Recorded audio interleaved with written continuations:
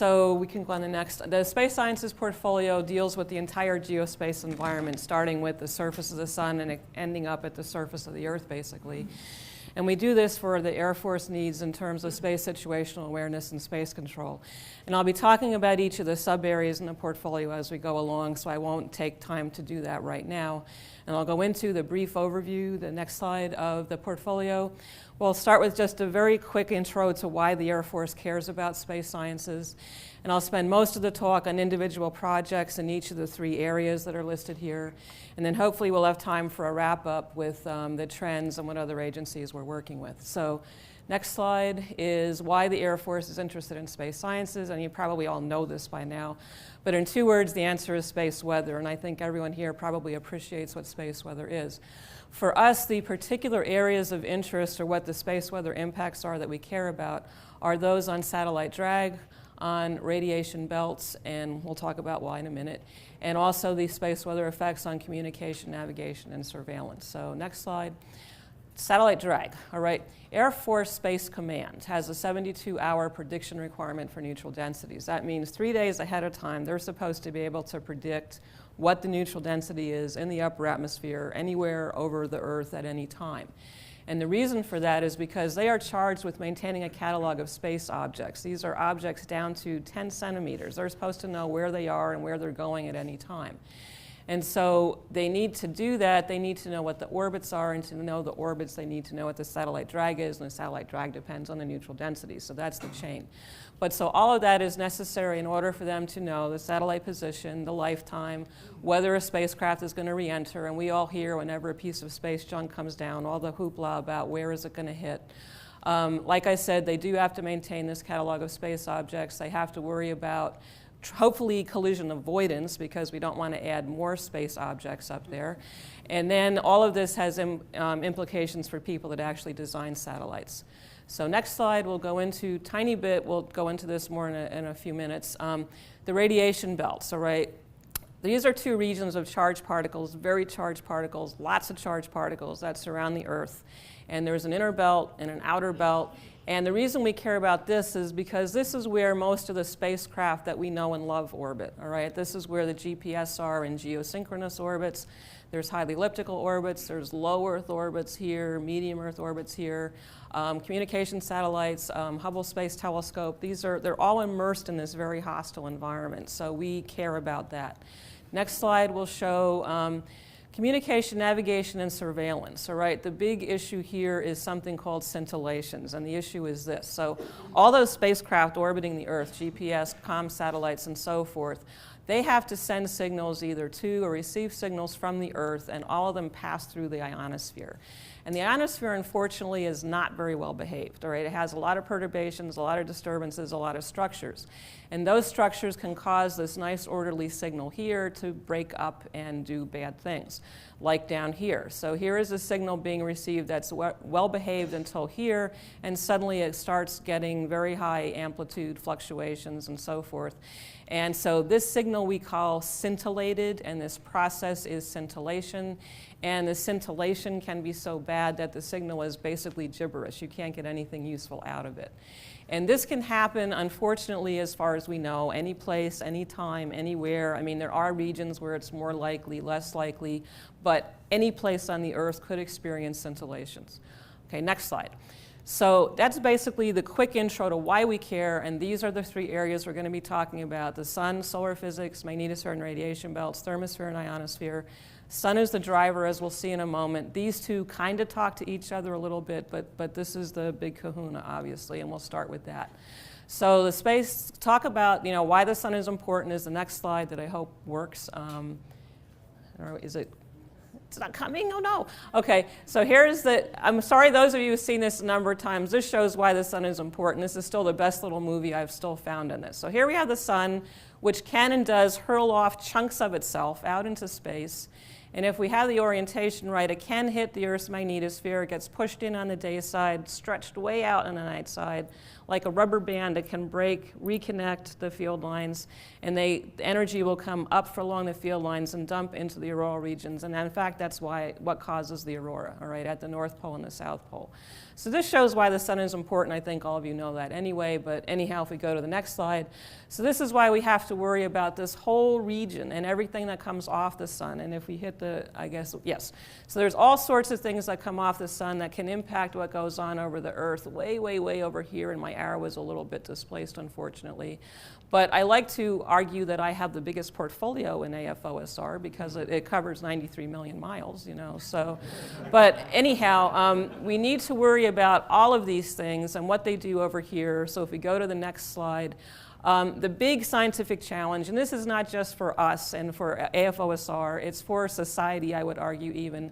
One of the grand challenges, predicting solar activity, you know, when will it happen, how bad will it be, and will it hit the Earth? And if it does hit the Earth, same questions. When is it going to happen? How bad is it going to be?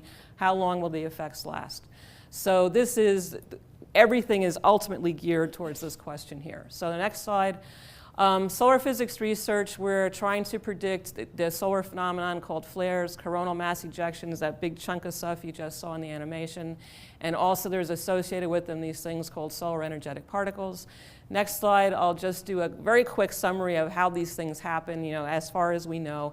So we start with, we should be, yes, sunspots are active regions on the sun. These are disturbed regions where most of all this bad stuff starts.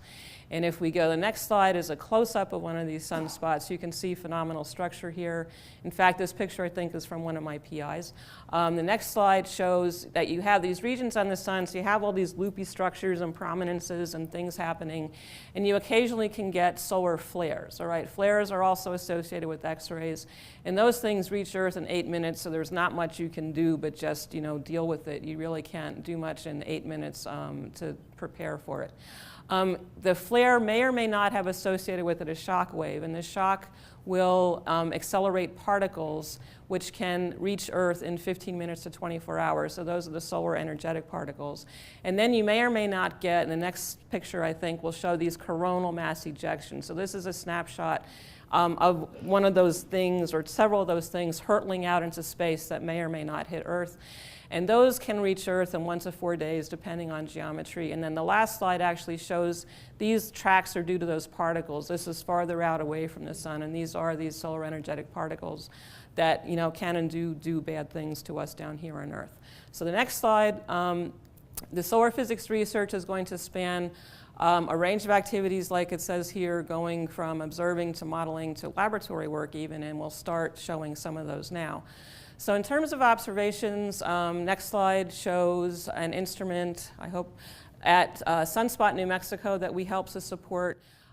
This has taken over long periods of time and continues to take observations of solar prominences, these loopy structures here, and is amassing this huge database on them with an eye to seeing if they can figure out when one of these things is going to erupt and cause some of these other disturbances.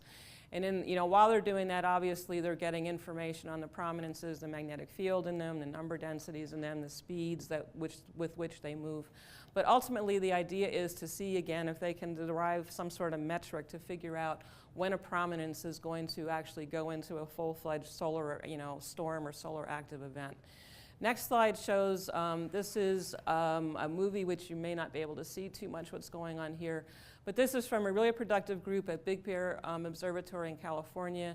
They do really phenomenal work and really cool pictures, which you can't tell from this, but they had last year one of the top 10 space photos of the year for National Geographic magazine. So they are operating the highest resolution ground-based solar telescope. They often rival the Hubble Space Telescope, the Solar Dynamics Observatory for what they see. And here their most recent achievement is, and I think, can you start the movie again if that will, I'm not sure it will matter really, but there are extremely fine loops that you see here. They can resolve loops down to 70 miles across on the sun. I mean, this is phenomenal. And they also, more importantly, are able to trace some of these loops from low in the atmosphere to up in the atmosphere. And the reason that that's interesting and useful is because a lot of the solar modelers and the solar physicists can really use this type of information to refine their models and to test their models and make sure they have the story right. So the next picture will show, Jim Fillerat mentioned this yesterday, we actually help fund a couple telescopes down in Argentina. These particular ones, the PI told me, actually were able to observe every day last year, which is quite an accomplishment. And they make measurements at 4 different wavelengths, from the sub-millimeter to the mid-infrared to the H-alpha. And the reason we like that is because that is sampling the sun at different heights in the sun. And so you're getting information on how these disturbances can propagate up and out and away from the sun. Next slide shows, this is our lab experiment. This is kind of cool, and I don't have time to go into this aside from basically showing you this little movie here. But this group at Caltech is able to simulate magnetic loop structures that look a lot like the solar prominences and things that we see on the sun. And the different colors here, so these are stills, and then this is the movie, and I hope you can kind of see this. We probably need the lights dimmed more to do this. But the different colors are different masses. This is nitrogen, which is heavy. This is hydrogen, which is light. And so they're trying to, in the lab, do these simulations to get an idea of what the physics are of the loops, how they grow and evolve and maybe explode on the sun by, doing controlled experiments like this. Next slide, we'll get into some of the modeling and theory work. This is an up-and-coming young researcher, an NRC postdoc at Space Vehicles, and she accomplished one of the first ensemble modeling of coronal mass ejections. So this is a coronal mass ejection from early last year, February of 2011, an actual event. And what you're looking at here is you're looking down on the sun. This is the Earth. This is Mercury. Venus is a green dot here you may not be able to see, and a couple spacecraft. And so here the CME has just left the sun, this red circle right here. And so you can trace it moving out away from the sun. Here's another snapshot where it's just about to hit the Earth, and you can see it really does slam into the Earth here 3¼ days later. 2 things to note here is, one, that not all CMEs are going to hit the Earth. I mean, if you were on Mercury, then you're okay. Nothing happens to you. Same with these, spacecraft here, and maybe just a little bit at Venus. The other thing was the arrival time at Earth depends a whole bunch on how she fit the CME back here.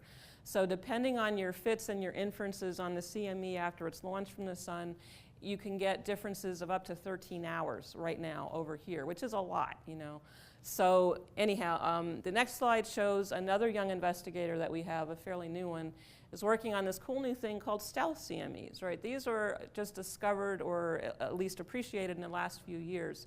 And the reason they're called stealth CMEs is because they don't seem to be associated with any of those solar active regions on the sun. If you look here, they're kind of mild things. This is one here, this is one here, but simultaneously observations were taken back here that show really nothing going on the sun. There's no flares, no big active regions. So where did these things come from? And the big question is, how do you predict it if you don't see anything going on beforehand? So this PI and a group of them are trying to work on a particular, stealth CME event to see if they can figure out why, because it's not known yet. And it, far from being just an exotic, it turns out that some statistical analysis has suggested that maybe 1/3 of the CMEs that come from the sun are these stealthy CMEs. So it would be nice to know what's going on with them. Next slide shows, I'm going to end the solar part with this kind of the granddaddy project, I think, in the portfolio, and a really good one is this team, the ADAPT team. That's the Air Force Data Assimilative Photospheric Flux Transport Model out at Space Vehicles. They are very well known in the community, leaders really plugged into the field.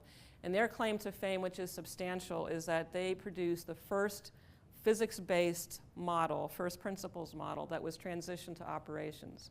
So this model was transitioned to the Space Weather Prediction Center, which is in Boulder, Colorado, which is charged with producing simulations of space weather predictions for the civilian community.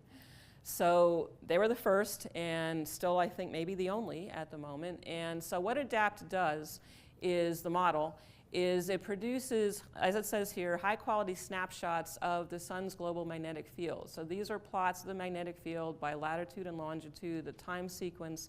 And the reason that that's important is because that is the input for all solar models of the solar corona, solar atmosphere, solar wind. All the stuff that propagates all the disturbances out here to us starts here. Okay, so this was huge. What's nice about ADAPT, and you can go to the next slide, is that it's being used to make solar wind predictions It can actually be used now to do some science, all right, besides just making these predictions for other models. So it made predictions of the solar wind, which are these blue dots here, compared to observations, which is the dark curve here. And you might say, gee, that doesn't look that great. But actually, if I put up the other solar wind model, the current best solar wind model aside from ADAPT, it would look worse than this, all right? So we are making progress. The other cool thing to me, especially as a former thermosphere-ionosphere modeler, is that it has been, they've found a way to make predictions of the solar 10.7 centimeter radial flux, all right? So what? That happens to be the input to a lot of thermosphere-ionosphere modelers to parameterize solar activity. So if we can get a prediction of that flux 1 to 3 days ahead of time, then our models down here at the Earth can make predictions of what's going to happen to the neutral densities in the ionosphere 1 to 3 days ahead of time, and that's not been done before. So this is really cool, and this is just showing predictions versus versus what actually happened, and it looks, you know, pretty dang good, I would say. All right, so now we'll go on to the magnetosphere and radiation belts, and we can go to the next slide right away. And these are maybe go to the next slide. Okay, there we go. Thank you. And reminder, these are two donut-shaped regions, basically, of very energetic particles that surround the Earth. There's an inner belt here, and you have to think of it, you know, coming out and around and into the board, and an outer radiation belt. The inner belt is mostly protons, 10 to 50 MeVs, so are very energetic particles, some electrons mixed in. Electrons in the outer belt, up to 10 MeVs. The distances here, take this with a grain of salt, you'll see why in a minute, we hope, is about 10 to 12,000 kilometers here, 20 to 40,000 kilometers here, and there's a slot region. This is a relatively safe zone where it's free of particles. So if you were a spacecraft operator, you probably would like to park your spacecraft here and not have to deal with all these particles. So the next slide, I hope, will show, this little movie down here is actual observations over a period of time, I think a month in October 2003 maybe. And you can see that they're extremely dynamic and change a lot. And if you're able to make it, can you make it go again? This is very dangerous because this movie sometimes blows up. But so you can see that it can fill in, you know, a huge volume of space. You can see that the inner belt basically disappears. The slot region disappears. I mean, it just, you can get lots and lots and lots of high energy particles. And yeah, so if we, okay, good, thank you. Don't worry about it anymore, okay? So what the radiation belt, so all of that can, if you're an astronaut happening to do a spacewalk when one of these things hits, I mean, that's not, you know, a good thing, all right? So these are not good for astronauts or spacecraft or the hardware embedded in there, because, you know, this constant stream of energetic particles will cause the surfaces to degrade, will cause single event upsets, bad things to happen to the electronics, and this can compromise your mission performance and mission lifetimes. So I don't have time to say much about this portfolio. If we go to the next slide, it turns out that NSF has a dedicated program in magnetospheric physics, and their budget is more than the entire budget for space sciences here. So we are going to pick and choose what we do based on Air Force relevance, all right, and the fact that perhaps other agencies may not care about some things like we do. So I will just mention a few investigations that we're doing, starting with the next slide. Several of them have to do with modeling. This one at Space Vehicles is by a person who is a real leader in the field, does very sophisticated modeling. He's achieved unprecedented success in modeling magnetic storm effects on the radiation belt. He has helped develop the expression for the electron density distribution in the radiation belt. He was one of the first to realize that you needed to include cross-diffusion terms, and he's now into that we need complete nonlinear effects, which he's helping to push forward. We have a young investigator who is developing, as it says here, a new multi-fluid hybrid model for collisionless plasma.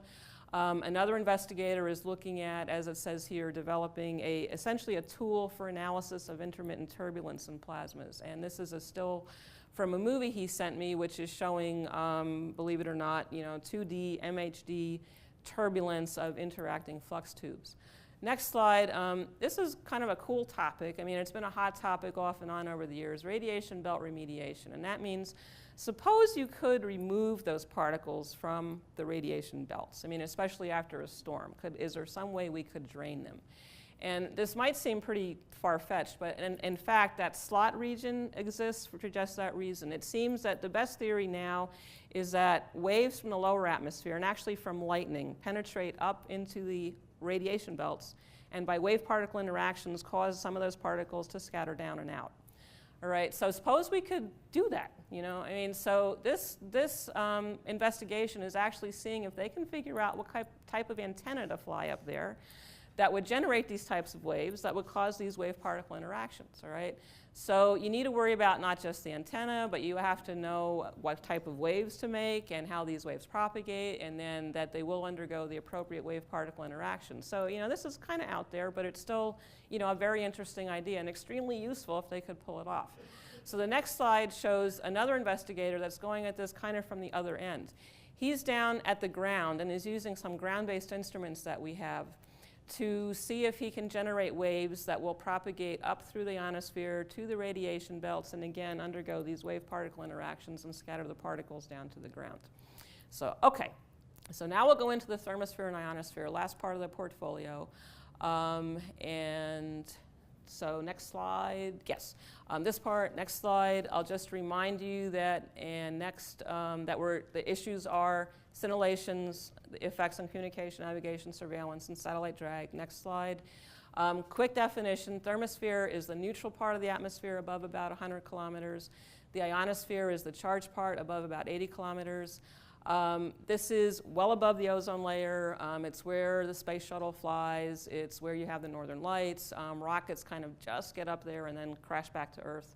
And it's also where the radio signals pass through the ionosphere, or they're either reflected or refracted. So next slide. Scintillations we'll talk most about. And again, they're caused by irregularities or structure in the ionosphere. And obviously, it would be very nice if you could predict them so that you could, you know, make account for them, or, you know, make sure that you're not losing communications during a critical period. The challenges are kind of illustrated here. This is a spacecraft zipping along like a GPS satellite, and it is sending signals back to Earth. And you can see, depending on, you know, the ionosphere, that signal could be heavily scintillated, maybe not scintillated much at all, or scintillated a little bit, depending on what's going on back here. So the capability of predicting or forecasting scintillations depends a lot on characterizing the background ionosphere, knowing what causes the scintillations, and knowing how they propagate and evolve with time, and also having good models. I mean, being able to simulate the ionosphere and the irregularities and the scintillations and so forth. So next slide shows we're making huge progress in characterizing the background ionosphere, partly because of all these spacecraft that are out there. Lots of them are collecting information on electron densities. The GPS systems, there are some international missions like JASON. There's a cosmic mission, actually. This is a Taiwanese constellation of 6 satellites that we actually help support. But lots of them make electron density measurements at some level, and so you can use these very sophisticated models, such as at NCAR, National Center for Atmospheric Research, which does this assimilative modeling and generates these really detailed and very precise and very time-dependent maps of the ionosphere, so that you can get the background ionosphere now as a function of height and a function of latitude for different longitudes, or by latitude and longitude at different heights. But lots and lots of information, just the type we need to start, you know, figuring out what's going on with the ionosphere and if it's going to make these scintillations. Next slide shows this is a PI who is zeroing in on the time differences between 2 different longitudes, because there are well-known longitude differences between Africa and America in the ionosphere for reasons that we still don't know. So he has instruments in these 2 locations, and he is looking at specifically 20 degrees north, 20 degrees south, and the equator for Africa, for America. These are electron density contours by height and by time. And the reason they're offset is this is daytime here in Africa, this is daytime here in the US. And this is for the exact same period over about a month. And you can see huge differences, you know, in each of these cases. And so if you were a spacecraft zipping along up here, the ionosphere that you would see and deal with is a lot different, you know, depending on if you're over Africa or over America. And again, for reasons that we don't understand yet. So next slide, we're going to go into the irregularities a little bit. These are observations with a camera over Chile looking up at the ionosphere. And you can see, I hope, these very regular structures, fingers of ionization that extend hundreds of kilometers up into the upper atmosphere and ionosphere. You can also see that they extend over hundreds of kilometers horizontally, and hopefully you can see that there is some regularity and periodicity here. This has been well observed, well established, and the community all pretty much agrees that this periodicity is due to waves coming up from the lower atmosphere and affecting the ionosphere. So we need to incorporate those in our models of the ionosphere. Next slide will give this further support. These are observations of vertical velocities over basically the geomagnetic equator for 3 consecutive days in January 2009. This is during the daytime. This is about 200 to 300 kilometers. So these are the vertical velocities from 3 different instruments here and here and here. And you'll have to take my word for it that these in particular are really strange. They are downward and even significantly downward by 20 to 40 meters a second during the day. And that, until a few years ago, anyone in my community would have said just doesn't happen. Everyone knows the velocities are upward by day and downward by night, and obviously not happening here. So what the analysis showed is that this turns out to be a period of a sudden stratospheric warming. So this is an event, well-known event in the stratospheric community, that's 45 kilometers at the poles that occurs, and we are seeing, and this has been seen over and over now, effects at the equator in the upper atmosphere. So, you know, mind-boggling and hot topic in the community. And so it turns out the sudden stratospheric warming is due to a wave event in the lower atmosphere, and it obviously is propagating up into the upper atmosphere. So again, something that we need to account for in our models and our understanding of the ionosphere. Next slide shows some structure, another slide showing ionospheric structures. The thing here, the topic here is scale size, all right? So this PI noted that if you zero in on this region here, for example, you can see finer and finer structures down to 10 kilometers. And the question is, is this cause and effect? Does this cause this? Or are they completely unrelated? Is there any relationship between them at all? So next slide, we have some things in the pipeline to help address some of these issues. One is, next slide, this is a PI who is an expert in the aurora. And so he has taken for years really cool movies like this of the aurora. This is over Fairbanks, Alaska in the early 2000s. And you can see all sorts of dynamics and physics and scale sizes and structures going on. And so if you zoom in on a particular feature, and just an area of the storm, then you can see at much smaller scale sizes something going on, I hope, if this movie works. It may not. But the idea is that you can get, and I guess, are we going to try it again? It's not working? Okay. Oh, there we go. Oh, okay, there we go. So look at that. I mean, this looks totally different than that, although it's embedded in here. So we're going from hundreds of kilometers down to tens of kilometers. And what he's going to do now, and obviously all different sorts of plasma physics going on.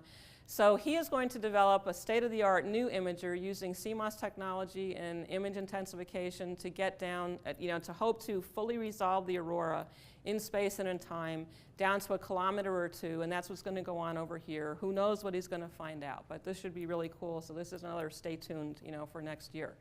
Next slide shows this is another new set of instruments that the DURIT program has helped us complete a chain of imagers that's extending from the North Pole to the South Pole along this geomagnetic meridian running through North and South America. And there will be 9 instruments.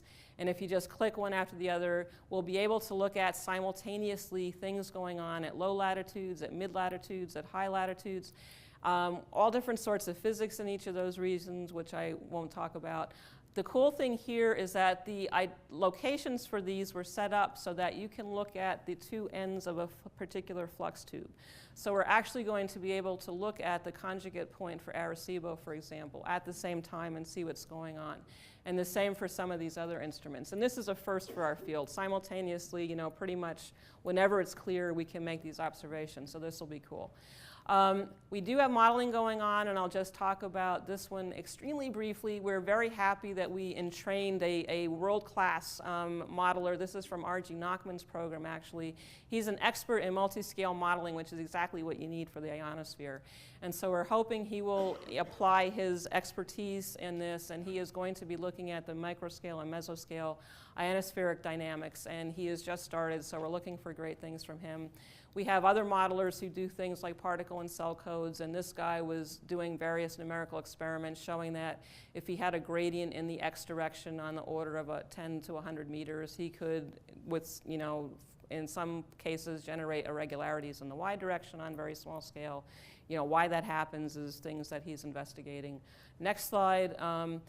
What we hope we will lead to is prediction for scintillations. And so this is kind of the culmination of one of my young investigator projects. He actually had access to a huge database of ionosphere observations and a huge database of scintillations, and he tried to relate those two.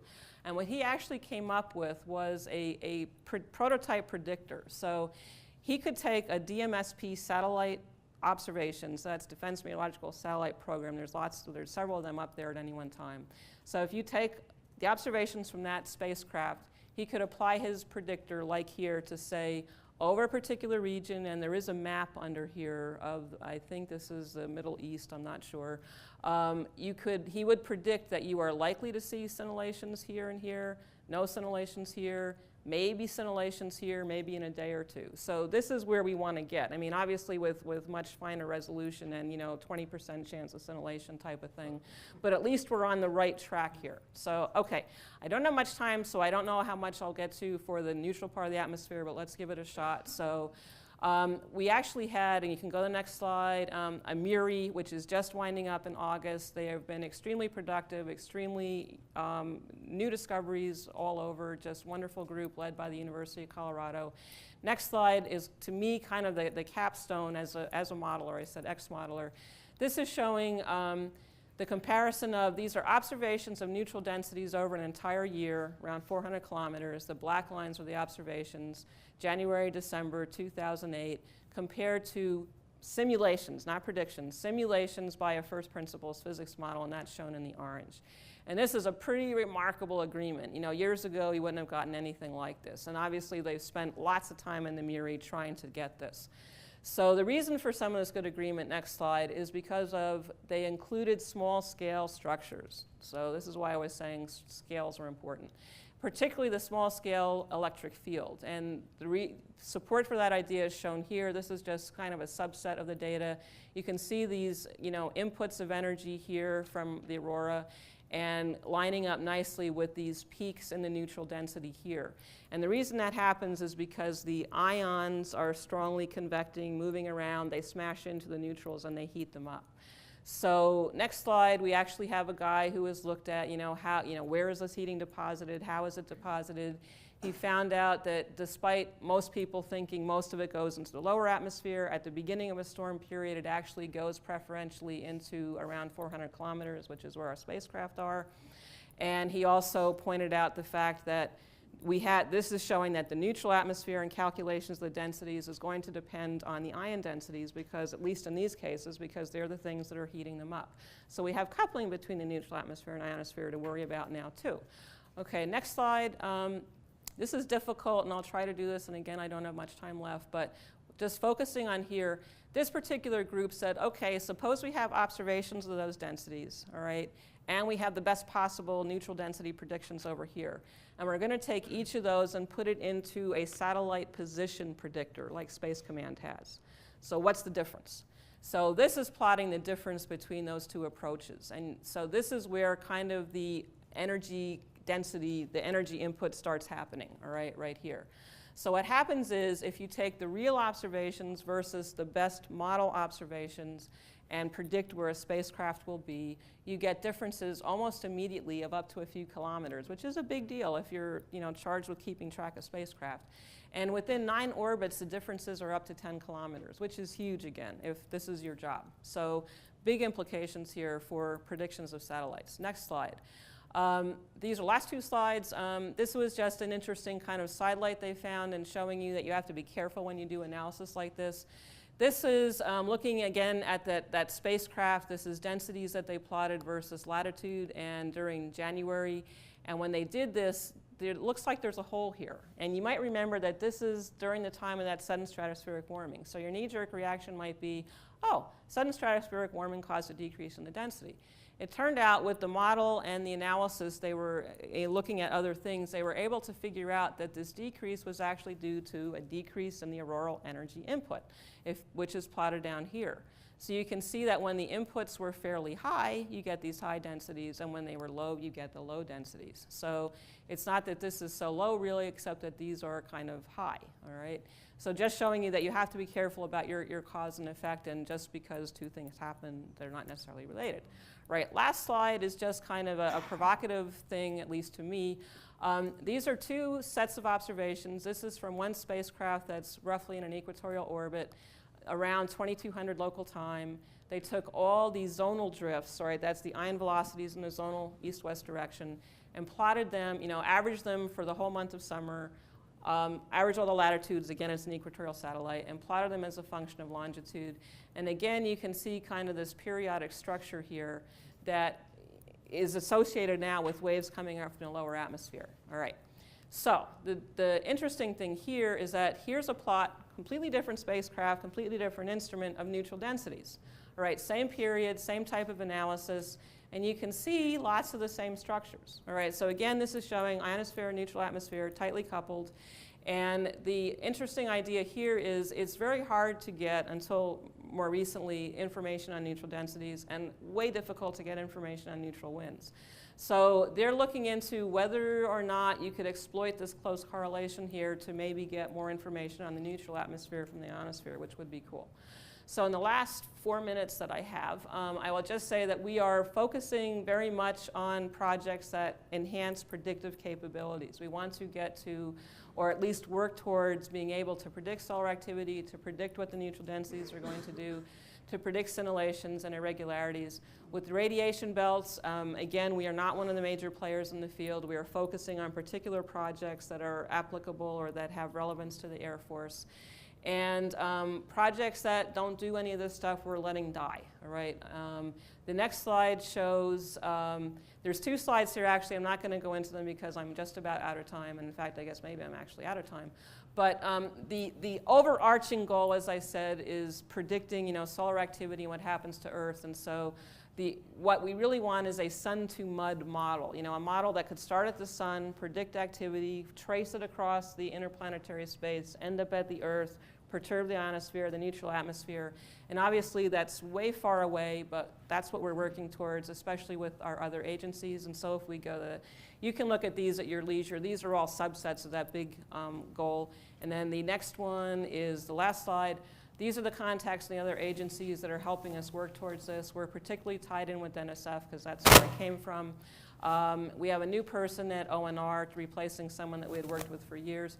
The head of NOAA's SWPC, the Space Weather Prediction Center, has just left, and we don't know who the new guy is. We hope we have good relationships with him.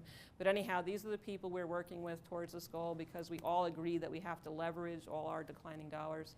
And with that, I will end and just say thank you very much for your attendance and for your attention.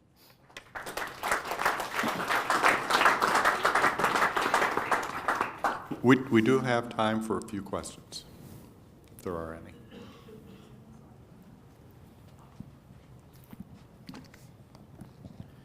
How good are your predictions? You know that solar oscillations now allow you to see flares on the other side of the sun, even though you can't see them. So you've got time to prepare for them coming around as they're moving.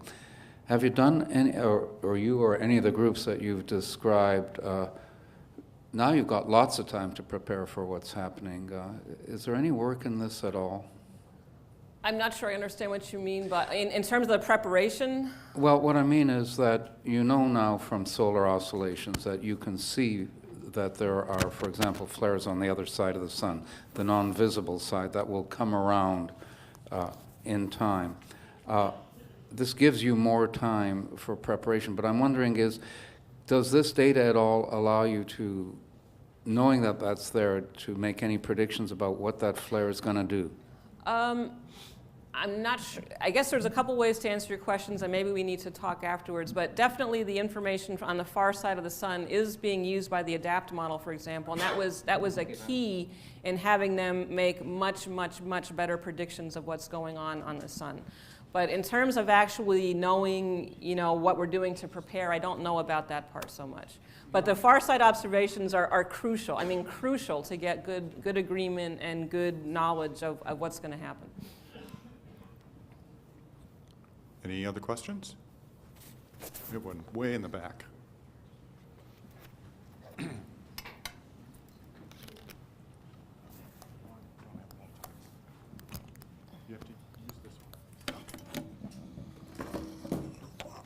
How much is the effect of the man-made chemicals, ozone, like carbon dioxide, with nitrogen oxide, and all the other stuff being produced by the chemical plants?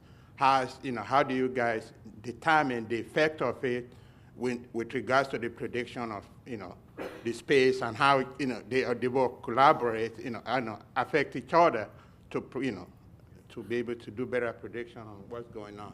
Okay. Yeah, I guess the question is, are there effects of ozone, the ozone layer, and the emissions from the lower atmosphere, like carbon and so forth, into these models? And the answer is yes and no. I mean, there are very sophisticated models now in the lower atmosphere that do absolutely take account of these effects. It turns out that they are not important up here, all right? So they don't generally, those particles and those emissions generally don't get moved up into the upper atmosphere, where we have to worry about their effects on neutral densities up there and on scintillations. Okay, let's thank both of our speakers, and